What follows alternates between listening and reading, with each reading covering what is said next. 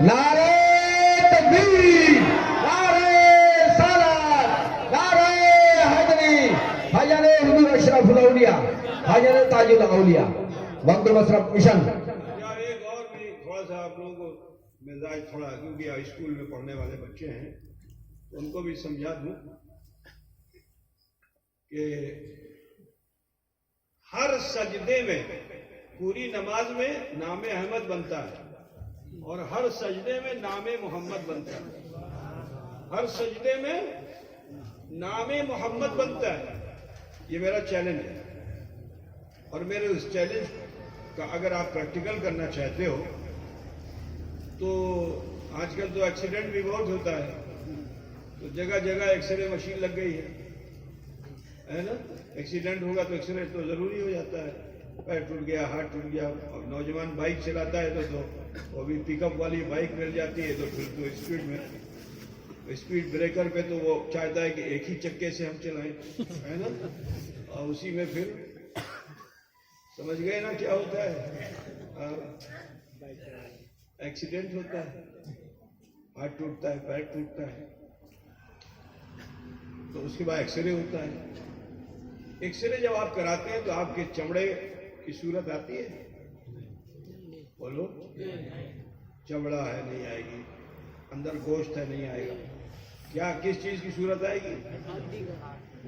ہاڑ کی، دیکھو بولا ماسٹر بولا ہے نا، کس چیز کی؟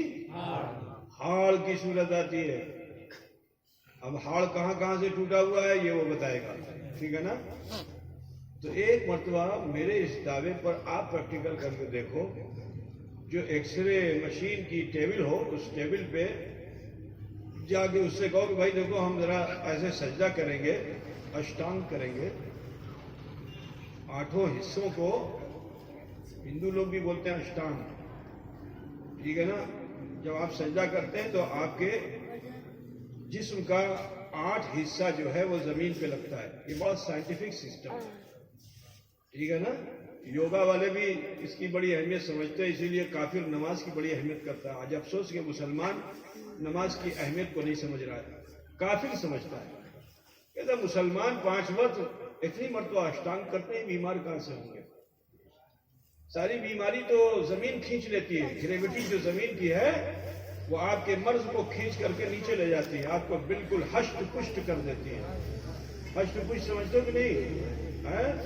ہشت پشت کر دیتی ہے۔ اب آپ ایکس رے کروائیے، آپ ہشت پشت کیوں ہوتے ہیں؟ 8 انگلیوں کے لگا دینے سے، 8 پیشانی اور ناک کے لگا دینے سے ہشت پشت ہوتے ہیں؟ نہیں، ہشت پشت اس لیے ہوتے ہیں، یہ ہڈیاں اوپر نیچے تھیں لیکن سجدے کے حالت میں جب جمع ہوئی تو سر نے میم بنایا، پانجر نے ہا بنایا، کمر نے میم بنایا اور اس پیر نے دال بنایا۔ جب اس کا ایکس رے لیا گیا تو کہ نام محمد آیا۔ تو انسان کب ہشت پوش ہوگا؟ کہ جب وہ اپنے آپ کو نام محمد سے قریب کر لیتا ہے تو اللہ تعالیٰ اسے راحت عطا فرما دیتا ہے۔ اقیم الصلاۃ، کتھا بوجھ رہے ہو نا؟ نماز کو قائم کرو۔ عزیزان گرامی، وقت بہت زیادہ ہو چکا ہے، گفتگو کروں تو بڑی لمبی گفتگو ہو سکتی ہے، بس اتنا بتانا ہے کہ اس اہمیت کو سمجھو، اس نماز کی اہمیت کو سمجھیے اور نماز سے قریب ہو جائیے۔ یہ نماز ایسی ہے کہ اس کو اللہ تعالیٰ نے حضور اکرم صلی اللہ علیہ وسلم کو تحفے کے طور پر عطا فرمایا، اور یہ تحفہ اللہ تعالیٰ نے حضور کو تو بہت سے تحفے دیے، اللہ نے وہ بہت سے تحفے دیے، ہے نا؟ لوح دیا، قلم دیا، ٹھیک ہے نا؟ کرسی دیا، سب دیا اسی زمین پہ۔ ذرا سوچو،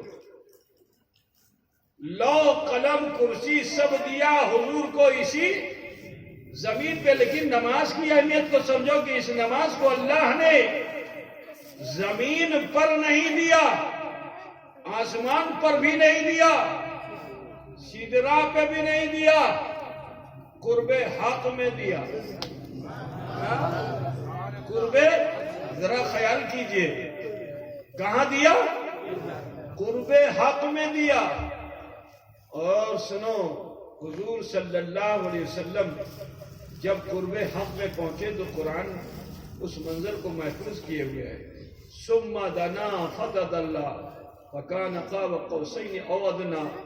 کہ یہاں ایک بات تم لوگ بتا دو. لال کرتا بیٹھ جاؤ. ایک چیز میں آپ کو بتانا چاہتا ہوں. مثلاً میں دریا پور میں آیا. یہ کون سی بستی ہے؟ یہ نیا بستی میں. تو آپ کو کیا ضرورت ہے کہ آپ تھوڑی دور جا کر کے پیر صاحب کو لو، استقبال کرو، یا جس کے گھر پہ گیا تو اپنے گھر میں نہیں رہا، دروازے پہ آ کے کھڑا ہو گیا؟ کیا ضرورت؟ بنگال میں تو میں نے دیکھا ہے، یہاں کی رواج تو نہیں ہے. بنگال میں دیکھتا ہوں، مجھے بڑی الجھن بھی ہوتی ہے. مثال کے طور پر کسی کے وہاں دعوت، اب تو خیر یہاں پہ ٹھیک ہو گیا، پہلے ہوتا تھا ایسا. جب میں شروع میں آیا تھا تو میں جیسے اس نے دعوت دی نا تو اطمینان سے سوتا رہتا تھا. اب جب مہمان آ جائے گا تو وہ بنیان پہنے گا، پھر کرتا پہنے گا، پھر سامنے آئے گا، پھر بیٹھا لے گا، پھر اس کے بعد وہ ڈگی سے ماچھ نکالے گا، پھر اس کے بعد کھانا رننا کرے گا، پھر مہمان کو کھلائے گا. اتنا مطمئن ہوتا ہے بنگال میں. بات سمجھ رہے نا؟ غریب رہے گا، باہر نہیں نکلے گا. مہمان اندر چلا ہے ٹھیک ہے، خود نہیں باہر نکلے گا. یہ تہذیب بنگال کی تھی. ابھی تو آپ لوگوں کے علاقے میں الحمدللہ بڑا چینج ہو گیا. ابھی بھی دکن دیناجپور، اتر دیناجپور میں کچھ ایسی ہی تہذیب ہے. دعوت دیتے ہیں اور اس کے بعد آرام سے ٹھاٹ سے رہتے ہیں. اب چلے جاؤ دروازے میں نکلے گا، کیونکہ بنیاد بھی اتار کر کے گرمی کے زمانے میں چٹائی پہ لیٹا ہوا ہے، آرام کر رہا ہے، وہ نکلتا ہی نہیں ہے. آواز بھی دی جاتی تو بھی نہیں نکلتا. عورت آ جائے گی ریسیو کرنے کے لیے، مرد نہیں آتا ہے. یہ اتنا کاہل ہو چکا ہے عزیزوں. لیکن آپ لوگ میں تو بہت چینج آ گیا، اللہ کا شکر ہے، بہت بدل گیا. تو اب صاحب استقبال کرنا یہ ہیومن نیچر ہے، یہ انسانیت ہے. اپنے مہمان کا استقبال کرنا، ویلکم، سواگتم بولتے ہیں نا جی. خالی بینر لگا کے رکھ دو، تم گھر میں بیٹھے رہو، ویلکم ہو جائے گا؟ بولیے، ویلکم نہیں ہوگا. ویلکم کے لیے آپ کو باہر آنا پڑے گا. مہمان کو، تھکا ماندہ مہمان، میلوں کا سفر کر کے آنے والا مہمان صرف اپنے اس میزبان کی اس ضیافت پہ کہ وہ دروازے پہ آگے کھڑا ہو جائے، استقبال کر لے، اس کے دن بھر کی تھکان دور ہو جاتی ہے. مہمان کی عزت کی جاتی ہے. یہ تو اخلاق انسانیہ ہے. تو ذرا سوچو اخلاق الہیہ کیسا رہا ہوگا، اللہ کا اخلاق کیسا، کہ خود رب فرما رہا ہے ثم دنا فتدلی، پہلے ذات حق قریب ہوئی پھر مصطفیٰ. یہ استقبال ہے، استقبال ایسا. اب جو قریب ہوا خدا، اب مصطفیٰ نہیں، کون قریب ہو رہا ہے؟ خدا قریب ہو رہا ہے. اب جو خدا قریب ہوا تو کتنا قریب؟ 2 کمان یا اس سے بھی کم کا فاصلہ رہ گیا. یہاں میں ایک بات بتانا چاہتا ہوں کہ یہ مفسرین نے اس میں فرمایا کہ عرب کے سماج میں تو قبیلے میں جب جھگڑا ہوتا تھا، 2 سماج میں جب جھگڑا ہوتا تھا، ان میں جب میل کرائی جاتی تھی تو اس کی کمان اور اس کی کمان، دونوں کی کمان کو ایسے ملا دیا جاتا تھا، ٹھیک ہے نا؟ اور ملا کر کے پھر ایک تیر اس کے چلے پہ چڑھا کر کے اب کھینچ کے آسمان کی طرف چھوڑ دیا جاتا تھا. سب لوگ جان لیتے تھے کہ اب ان لوگوں میں آپس میں کیا ہو گئی؟ اتحاد ہو چکا ہے. ٹھیک ہے، ایک تو یہ. اور دوسرے ایک اور مفسر نے فرمایا کہ نہیں، زمین کی پیمائش بھی عرب میں کمان سے ہوتی تھی. کیسے زمین کی پیمائش؟ جیسے تمہارے وہاں ہمارے وہاں زمین کو ناپنے کے لیے کوئی کڑی ہوتی ہے نا، زنجیر، اس کو ضریب بولتے ہیں. اور پتہ نہیں آپ کے وہاں کیا بولتے ہیں، معلوم ہے کیا بولتے ہیں مولانا؟ بہت مشکل ہو جاتا ہے. ارے زمین، آپ لوگ زمین سمجھتے کہ نہیں سمجھتے؟ زمین تو خود سمجھتے ہو تم لوگ. اس کو ناپی کیسے کرتے ہو؟ کھیت میں جو ناپی کرتے ہو تو کیسے کرتے؟ چین سے کرتے ہو. اس کو بنگلہ میں کیا بولتے ہیں؟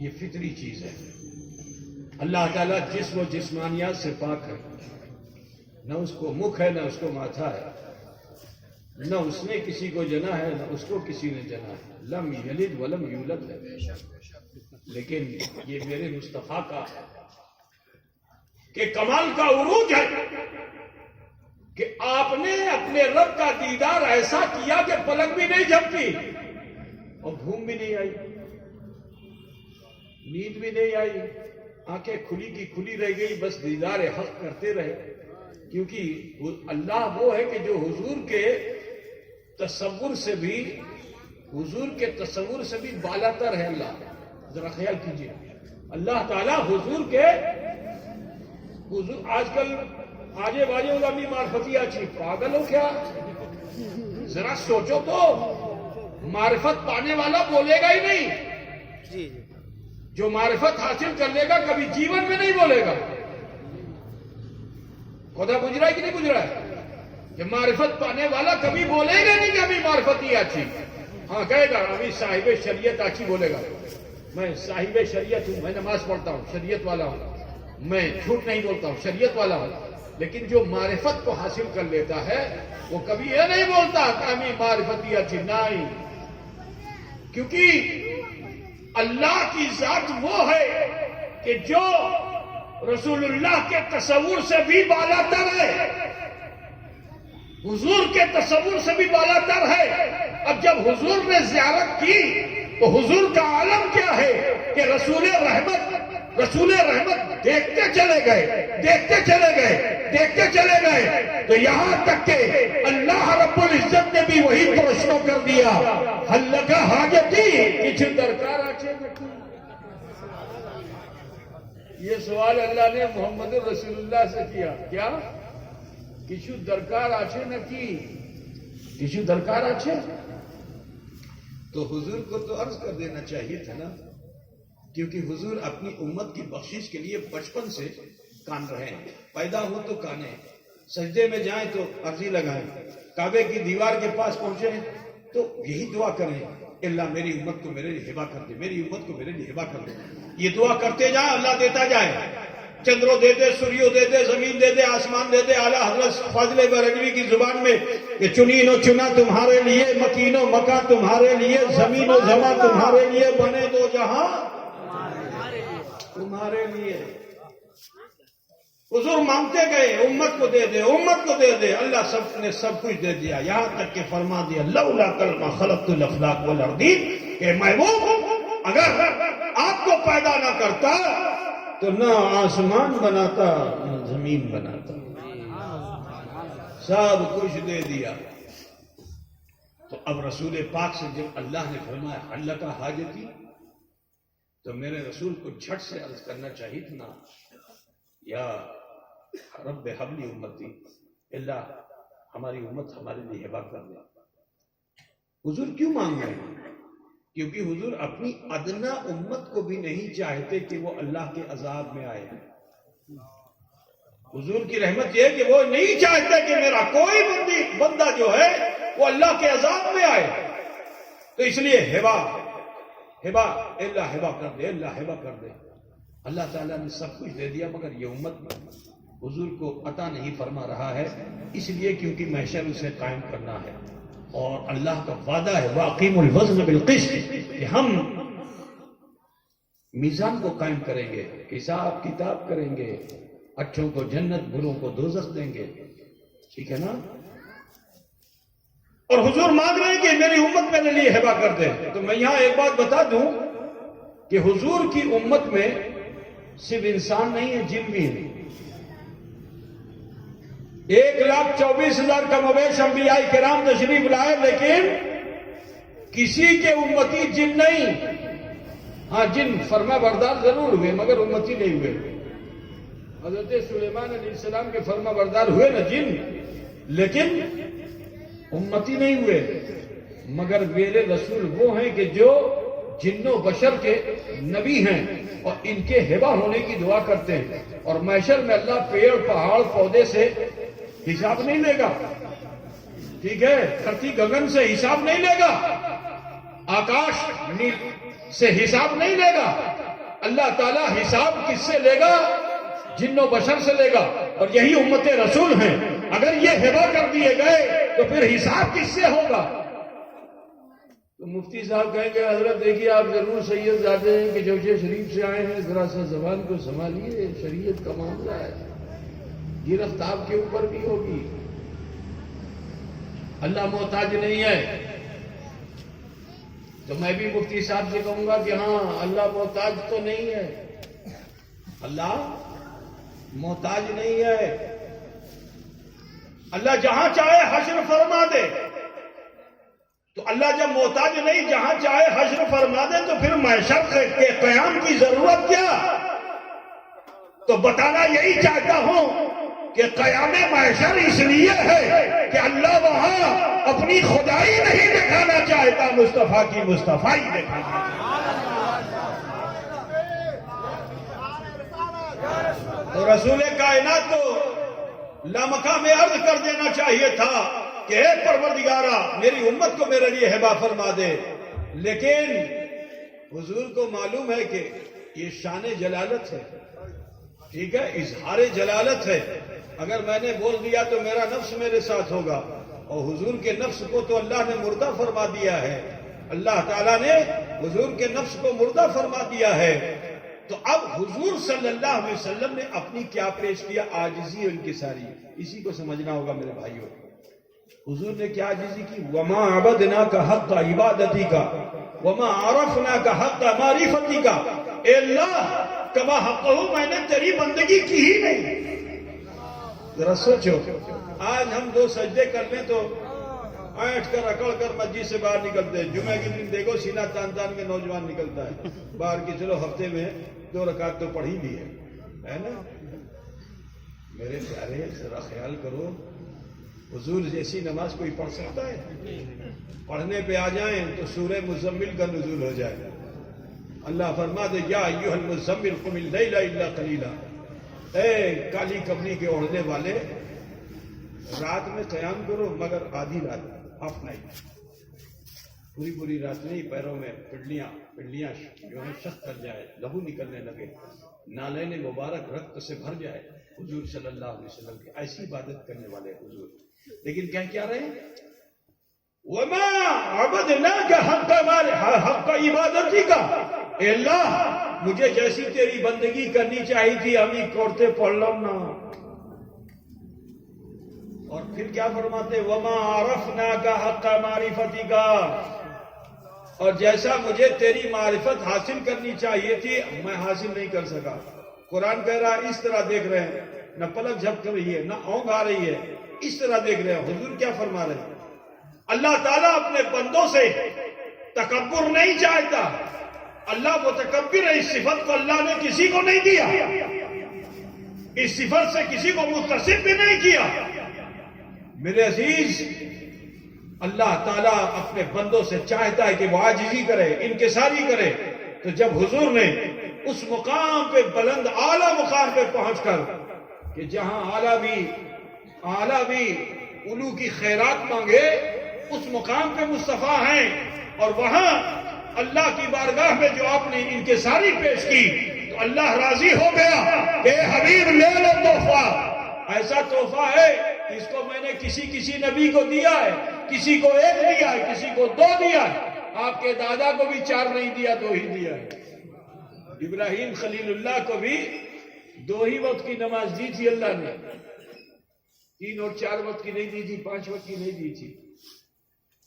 لیکن سنو، حضور صلی اللہ علیہ وسلم کو تو اللہ تعالیٰ نے 6 وقت کی دے دیا۔ کتنی دے دیا؟ امت کو 5 وقت کی اور 50 وقت کی نماز دی۔ کتنی؟ اے حبیب لے لو، یہ آپ کے لیے بھی ہے، آپ کی امت کے لیے بھی ہے، جو اسے قبول کر لیں گے وہ آپ کے لیے ہبہ کر دیے جائیں گے، وہ آپ کے لیے ہبہ کر دیے جائیں گے۔ عزیزو، یہ نماز لے کر حضور جو لوٹے نا تو حضرت موسیٰ علیہ السلام سے ملاقات ہوئی۔ اب جو موسیٰ سے ملاقات ہوئی تو حضرت موسیٰ نے پوچھ لیا کہ گئے تھے تو لائے کیا؟ گئے تھے تو لائے کیا؟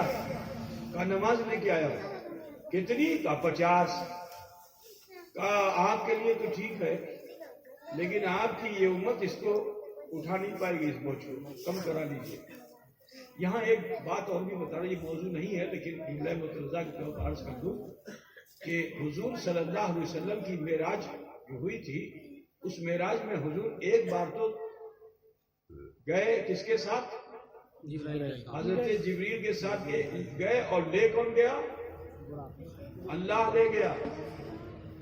جبریل کے ساتھ گئے، لے کون گیا؟ اللہ لے گیا، ٹھیک ہے نا؟ ایک مرتبہ تو ایسا ہوا، لیکن 8 مرتبہ بولو، یہ 8 مرتبہ میں نہ حضرت جبریل لے گئے نہ اللہ لے گیا۔ مصطفیٰ کا اختیار ہے کہ حضور خود تشریف لے گئے، حضور خود تشریف لے گئے 8 مرتبہ، ٹھیک ہے نا؟ اور نماز کو کم کرائے 5 ہو گئی، امت کے لیے 5۔ یہ 5 نماز لے کر کے حضور دنیا میں تشریف لائے۔ اللہ نے ایک نماز کا اضافہ فرما دیا حضور کے لیے، تہجد۔ کیا؟ تہجد کی نماز۔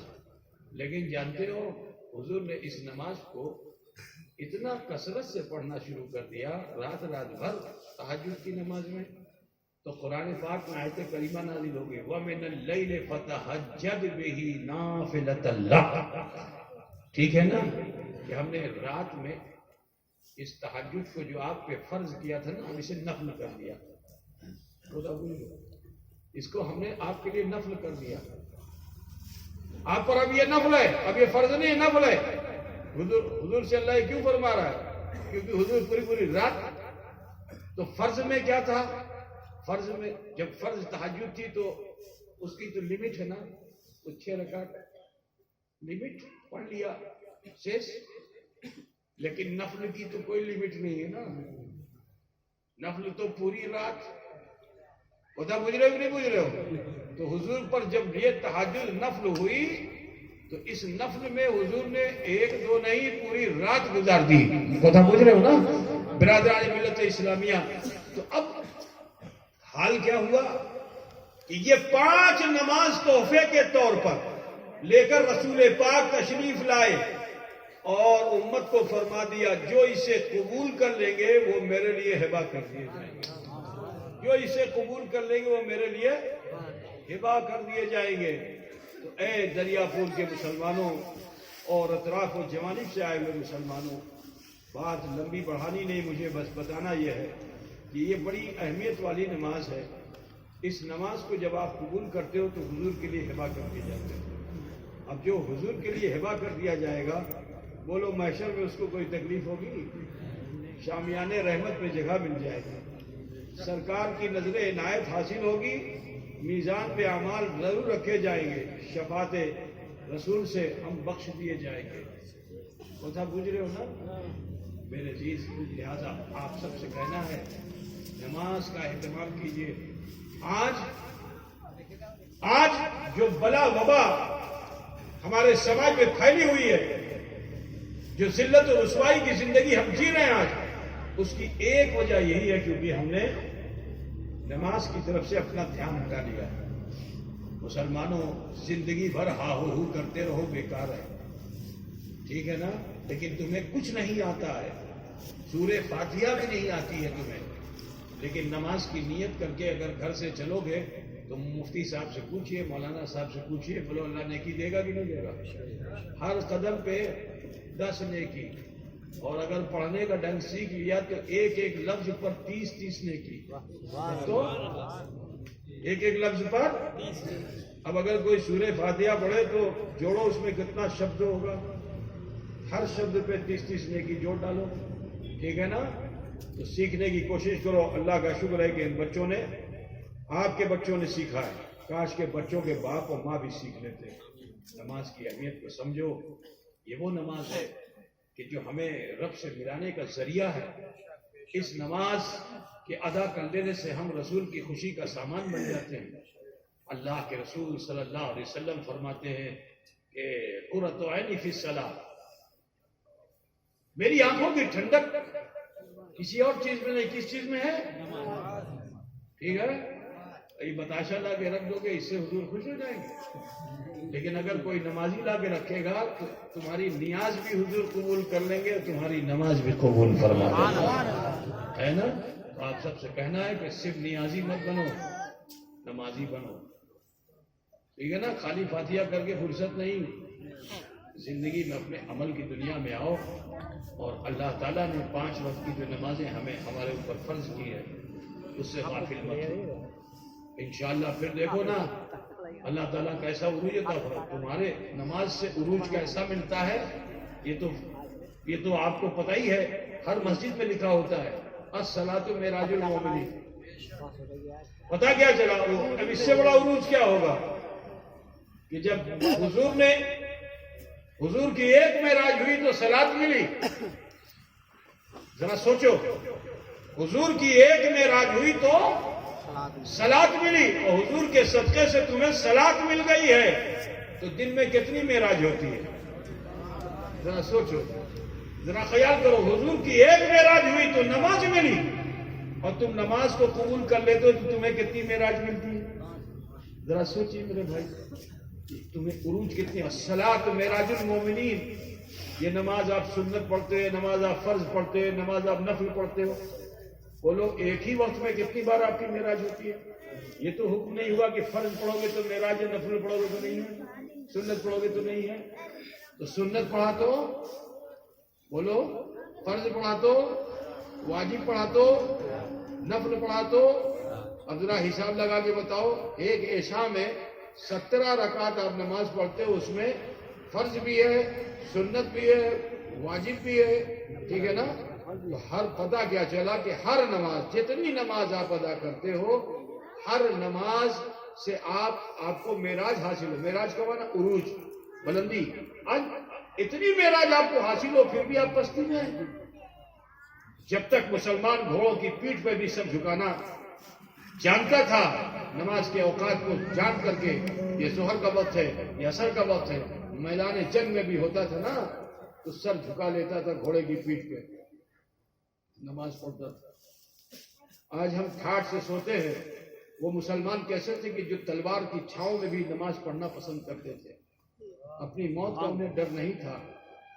اللہ کی خشیت ایسی کہ کسی شاعر نے کہا کہ نہ مسجد میں نہ بیت اللہ کی دیواروں کے سائے میں، ارے نماز عشق ادا ہوتی ہے تلواروں کے سائے میں. تو مسلمانوں، نماز، حقیقت نماز کو فراموش مت کرو. ماشاءاللہ آج میں گیا آپ کی مسجد میں، اتفاقاً نیاز کرنے گیا تھا تو میں نے کہا خالی نیازی کیوں ہو، نماز بھی ہو جائے. سب کے گھر جاؤ، اللہ کے گھر نہ جاؤ، ہے نا. تو میں نے کہا کہ آج عشاء کی نماز ملے مسجد میں پڑھنا. اور بہت دنوں کے بعد گیا میں. ماشاءاللہ بہت خوبصورت مسجد آپ لوگوں نے بنا لی، بہت اچھی مسجد بن گئی ہے، اور پڑھنے میں بھی دل لگا. صاف صفائی ہے، وہ ساری چیزیں ہے نا. تو مسجد تو آپ نے بہت اچھی بنا دی. آپ سب سے کہنا ہے میرے بھائی ہو کہ مسجد کو آباد کیجیے، اس کی برکات کو اپنے گھر تک پہنچائیے. اپنے گھروں میں بھی ماں بہن بیٹیوں کو بھی تحفہ صلات دیجیے اور نماز سے قریب کیجیے. بہن بیٹیوں کو چاہیے کہ وہ اپنے بچوں کو، بچیوں کو اچھی تربیت دیں. باقی آج جیسے یہ چھوٹے چھوٹے بچے یہاں پہ آئے اور انہوں نے اسلامی تربیت کا تھوڑا سا مظاہرہ کیا، کاش کہ یہ تہذیب ہر گھر میں عام ہو جائے اور اس پر عمل ہو جائے تو ہم پستی کی طرف ہوں گے. نماز تو ہمیں عروج دیتی ہے، نماز ہمیں بلندی دیتی ہے. تو جب آپ نماز سے قریب ہو جاؤ گے تو ذلت کی زندگی نہیں جیو گے، اللہ تمہیں عزت کی زندگی دے گا. آپ تاریخ اٹھا کے دیکھ لو، آج سے 800 سال پہلے کی ہسٹری اگر آپ اٹھاؤ گے تو مسلمانوں کی ترقی تھی. 800 سال کے بعد دھیرے دھیرے کر کے مسلمان ڈاؤن فال مسلمانوں کو ہونے لگا. کب تک مسلمان؟ جب تک مسلمان ریتا ریتا بوجھتے ہو نا، بالو جی، مرو بھومی میں بھی، دھوپ کی تپش میں بھی دین کی حقانیت کا علم اٹھائے، خاک پھانک کر، پتے کھا کر کے، چھال کو کھا کر کے، انہوں نے توکل اور قناعت کر کے نماز کو نہیں چھوڑا کسی حال میں بھی.